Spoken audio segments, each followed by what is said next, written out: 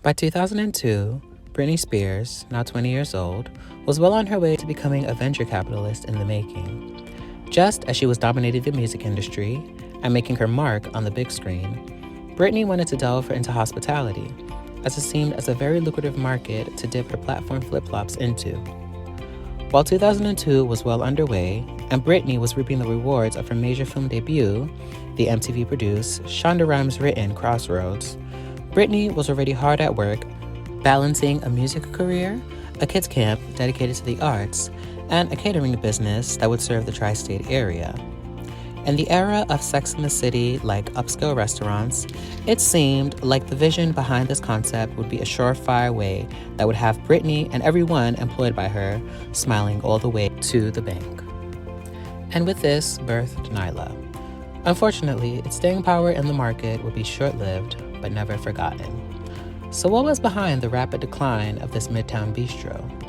This is In the Mix. And on this week's episode, we'll travel down the baby warmer time school hallways to unpack and explain the rapid hype, rise, and decline of Britney Spears' restaurant. Around early 2002, news outlets were reporting that Spears was set to partner with Dylan Hotel owner Maurice Moynihan as they were gearing up to unveil a new bistro in Midtown Manhattan. Moynihan, with enthusiasm, exclaimed, "Spears fell in love with the cavernous space located on East 41st Street, which included a 6-foot-wide fireplace." Another partner, Bobby Oakes, commented that the restaurant would be a fusion of American and Cajun brasserie. The name, which was eventually and aptly titled NYLA, named after the postal abbreviations for New York, Britney's new home at the time, and Louisiana, her home state, would be a fairly priced themed restaurant that would eventually be turned into a sexy and hip lounge at night, a la the Tao restaurant chains. As far as the interior of NYLA, Jay Haverson, an architect, was brought in to capture the youthful southern charm of 20-year-old Britney. He stated in a New York Times article that the transformation began with stripping the masculine room with bronze capitals, mahogany wainscoting, and the 6-foot fireplace into a sexy, theatrical, sensual, feminine, vivacious, and youthful, but moving into adult life space. He warmed the room with pinks and oranges. Guests would be greeted to a draped ceiling in shimmering chiffon, a metal staircase designed to look like a catwalk rising to the balcony, and placed video screens on the walls that would show a continuous loop of watercolors by renowned artist Bridget O'Connor. As a May opening date was set, it all seemed perfect. This scenario, however, did not come to fruition. Though some of the Hollywood's who-whos of the day were in attendance, from Jenna Jameson, the Hilton entourage, Sans Paris, world-renowned illusionist David Copperfield, 80s teen queen Debbie Gibson, former mayor of New York City Rudy Giuliani, and even former President and First Lady Donald and Ivanka Trump, it seemed NYLA was already doomed from the start.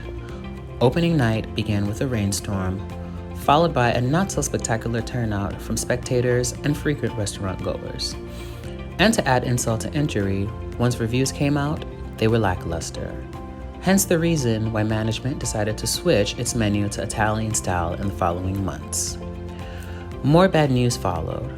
Bobby Oakes reported that NYLA was $350,000 over budget, while business only recouped $1,900 of that. Head chef Brad Gates further complained that due to the lack of customers, it was hard to get an inventory of food due to the lack of money. Furthermore, the restaurant came under a slew of health code violations. This clear sign of poor management and business dealings led to Spears cutting ties with the restaurant. Though Spears sent her well wishes, her team doubled down and released a statement via E! Stating, Spears has severed ties with the Manhattan Bistro.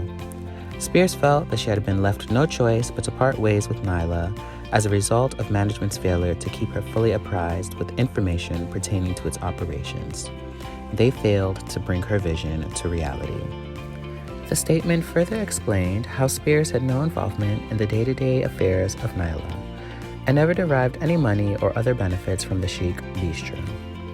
Spears said that creditors had attempted to drag her into payment disputes, and suggested she be held accountable for the debt, as well as recouping payment to 3 vendors who filed an involuntary bankruptcy petition against Pinky Enterprises, which was a company Moynihan established in 2002 to help Spears run the co-owned restaurant. 2002 was also the year that the unfortunate Britney-Justin breakup shocked the pop world, breaking the hearts of millions of fans everywhere. So it's hard to imagine that after bad business dealings, a sudden breakup from your childhood sweetheart, and the early beginnings of the Britney hate train, the restaurant wouldn't be a top priority. All in all, the major lesson to remember is that celebrities are only humans. Beautiful, yes. Richer. However, it doesn't mean everything that they touch will turn into gold. Many a celebrity have attempted the restaurant route, but later realized how tough it is. One thing we can pick up from this is to always be thoroughly involved in any business venture carrying your name. Also, be careful who you're doing business with. Britney just began her 20s when NYLA launched, and unfortunately it seemed her team at the time didn't know anything about managing a restaurant. So of course, when things got sour with Morris Moynihan, blame it on the 20-year-old pop star who's loaded with money. Also, it didn't help that Britney's team made her completely inaccessible whenever designers, chefs, or even publicists would try to get in contact and update her about the goings of the restaurant.